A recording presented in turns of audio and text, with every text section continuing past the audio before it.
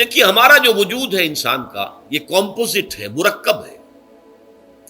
ہمارے دو وجود ہیں جو جوڑ دیے گئے. کیسے جوڑ دیے گئے ہم نہیں جانتے، لیکن ہے دو وجود.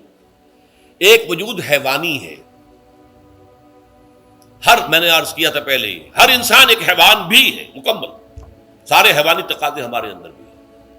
لیکن حیوان اور انسان میں بنیادی فرق یہ ہے کہ انسان کا جو اصل وجود ہے وہ روحانی ہے.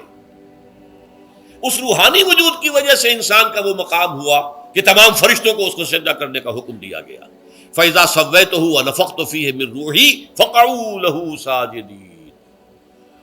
فرشتوں سے کہہ دیا گیا تھا کہ میں ایک بشر پیدا کرنے والا ہوں مٹی سے.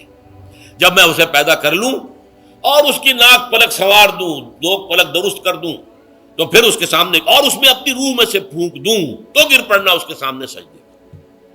حیوان انسان اور انسان روحانی یہ دونوں مل کر اب آدم بنے ہیں.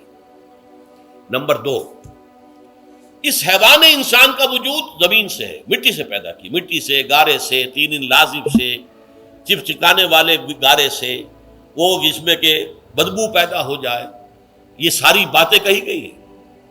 اور سائنس بھی کہتی ہے مٹی سے پیدا ہوئے.